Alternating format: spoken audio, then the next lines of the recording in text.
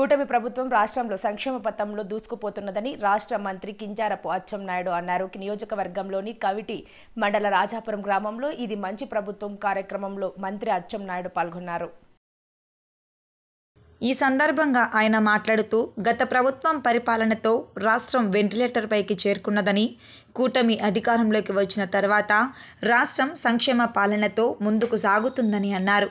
కూటమి ప్రభుత్వం ఏర్పడి 100 రోజులు పూర్తి అయిన నేపథ్యంలో 100 రోజుల పాటు ప్రజలకు అందించిన సంక్షేమం, ప్రజలు ఎదుర్కొంటున్న సమస్యలు సమీక్ష చేసేందుకు ఈ కార్యక్రమం నిర్వహిస్తున్నట్లు చెప్పారు.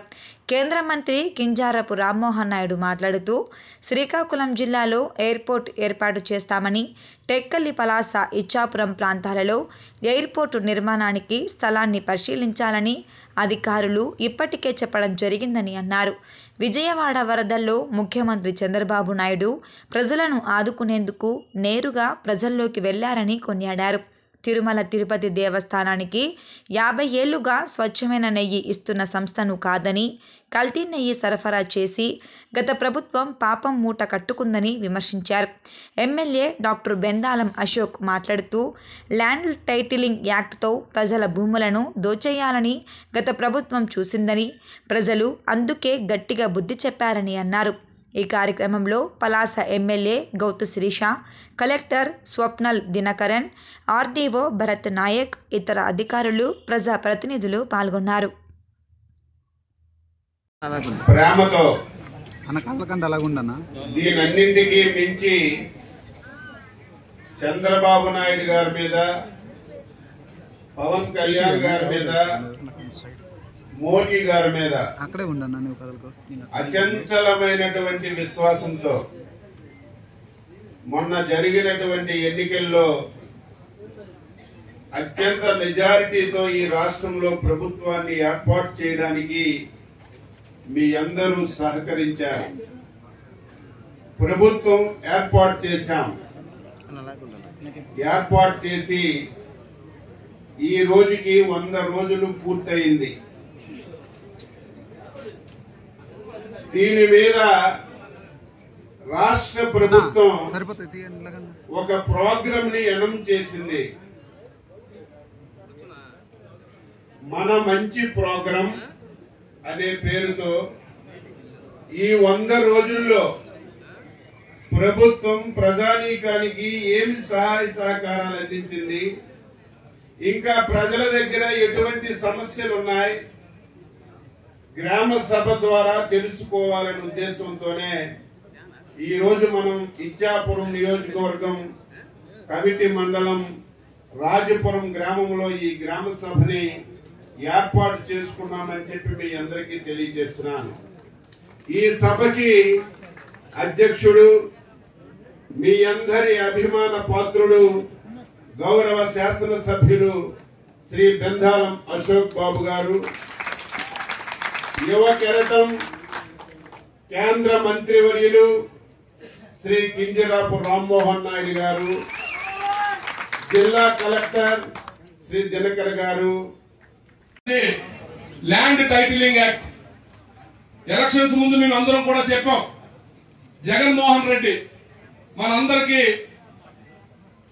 కుచ్చు టోపీ వేయడానికి ల్యాండ్ టైటిలింగ్ యాక్ట్ అని ఒకటి తెచ్చి సర్వేలు చేయించి ఆఖరికి మన పాస్ పుస్తకాల మీద జగన్మోహన్ రెడ్డి బొమ్మలు వేసుకొని, మన భూమిలో పాతినటువంటి సర్వేరాల మీద కూడా బొమ్మలు వేసుకొని మీ అందరి దగ్గరికి వచ్చి మీ పెట్టను అని మమ్మల్ని అందరినీ మనకు మాయ చేయడానికి ఒక ప్రయత్నం చేశాడు. ఆ మీ పెట్ట అని ఎందుకు అన్నిసార్లు అన్నాడంటే, ఇంకొకసారి కానీ మీరు తెలివైన వాళ్ళు కాబట్టి ఓడించారు, ఇంకొకసారి కానీ గెలిపించుంటే ఈ భూమిలో కూడా నాకు వాటా ఉంది, నేను మీ పెట్టను కాబట్టి నాకు ఇవ్వండి అని అడిగే దౌర్భాగ్యం ఉంటుండేదేమో. అయితే మీరు చాలా తెలివైన వాళ్ళు తొందరగానే తేరుకుని మళ్ళీ మన ప్రభుత్వాన్ని మీ అందరూ కూడా గెలిపించడం చాలా సంతోషం. ఎలా కార్యక్రమాలు చేయాలనేది మనం వెంటనే దృష్టి పెట్టేవాళ్ళం. కానీ ఆ వరద సమయంలో వచ్చినటువంటి ఇబ్బంది ఏంటంటే, ఆ రోజు వారం రోజుల వరకు కూడా నీళ్లు వెళ్ళకపోతే లోపల ఉన్నవాడు బయటకు రాలేడు, బయట ఉన్నవాడు లోపలికి వెళ్ళలేడు, ఆహారం సరిగ్గా ఇచ్చేవాళ్ళం కాదు. మరి ఈ రకమైనటువంటి ఇబ్బందులు ఉన్నప్పుడు చంద్రబాబు నాయుడు గారు 74 సంవత్సరాలు ఉన్నటువంటి వ్యక్తి కూడా ముందు వెనక చూడకుండా నా ప్రజలు ఆపదలో ఉన్నారనంటే ఆ ప్రజలు ఎక్కడ ఉంటే నేనే అక్కడ ఉంటానని చెప్పి అవసరమైతే కాలినడకలు, బుల్లెట్లు, లేకపోతే బుల్డోజర్లు, లేకపోతే ట్రైన్లు అక్కడ ఎక్కడ ఏ అవకాశం ఉంటే నా ప్రజలకి భరోసా ఇవ్వడానికి నేను వెళ్ళాలని చంద్రబాబు నాయుడు గారు చేసినటువంటి కష్టం నా భూతో నా భవిష్యత్ అనేది కూడా ఈ సందర్భంగా తెలియజేస్తున్నాను. గతంలో జగన్మోహన్ వాడేటటువంటి నెయ్యి 50 సంవత్సరాలుగా కర్ణాటకలో ఉన్నటువంటి ఒక డైరీ నుంచి తీసుకొని వచ్చేవాళ్ళం. వాళ్ళు కూడా దేవుడి కోసం చేస్తున్నటువంటిది కదా, మేము కూడా స్పెషల్ గా తయారు చేసి మాకు లాభాలు లేకుండా నాకు ఎంత అయితే తయారు చేయడానికి ఖర్చు అవుతుందో ఆ ఖర్చుకే తిరుమలకి ఇస్తామని చెప్పి 50 సంవత్సరాలుగా నందిని డైరీ అని కర్ణాటక ప్రభుత్వం వాళ్ళకి డైరీ నుంచి తీసుకొని వచ్చేవాళ్ళం. 50 సంవత్సరాలంటే ఎన్నో ప్రభుత్వాలు, ఎన్నో ముఖ్యమంత్రులు మారారు, కానీ ఏ ఒక్కరు కూడా డైరీని మార్చలేదు. ఎందుకంటే చక్కగా చేస్తున్నారని. కానీ మొట్టమొదటిసారిగా జగన్మోహన్ రెడ్డి వచ్చిన తర్వాత ఆ డైరీని పక్కన పెట్టి వాళ్ళకి కావాల్సిన వాళ్ళకి ఇచ్చారు. వాళ్ళకి కావాల్సిన వాళ్ళకి ఇచ్చిన తర్వాత పర్లేదు ఒకసారి రాదని వెంటనే భూమి కూడా చూడమని కూడా చెప్పాం. ఆ భూమి టెక్కలి, పలాస, ఇచ్చాపురం ఎక్కడ అవకాశం ఉంటే ఒక మంచి ఎయిర్పోర్ట్ మన ప్రాంతంలోనే నిర్మించి ఈ 5 సంవత్సరాల్లో ఒక ఫ్లైట్ దింపి మళ్ళీ తీసుకొని వెళ్లాలనేది నా ఆలోచన. అది ఖచ్చితంగా చేసి తీరుతానని కూడా ఈ సందర్భంగా తెలియజేసుకుంటున్నాను. అది కేవలం షోయింగ్ కు కాదు. ఒక ఎయిర్పోర్ట్ వస్తే ఎన్నో ఉద్యోగాలు వస్తాయి. ఒక ఎయిర్పోర్ట్ వస్తే అక్కడ రియల్ ఎస్టేట్ డెవలప్ అవుతుంది. ఒక ఎయిర్పోర్ట్ వస్తే దాని చుట్టూ కూడా ఎకనామిక్ యాక్టివిటీ పెరుగుతుంది.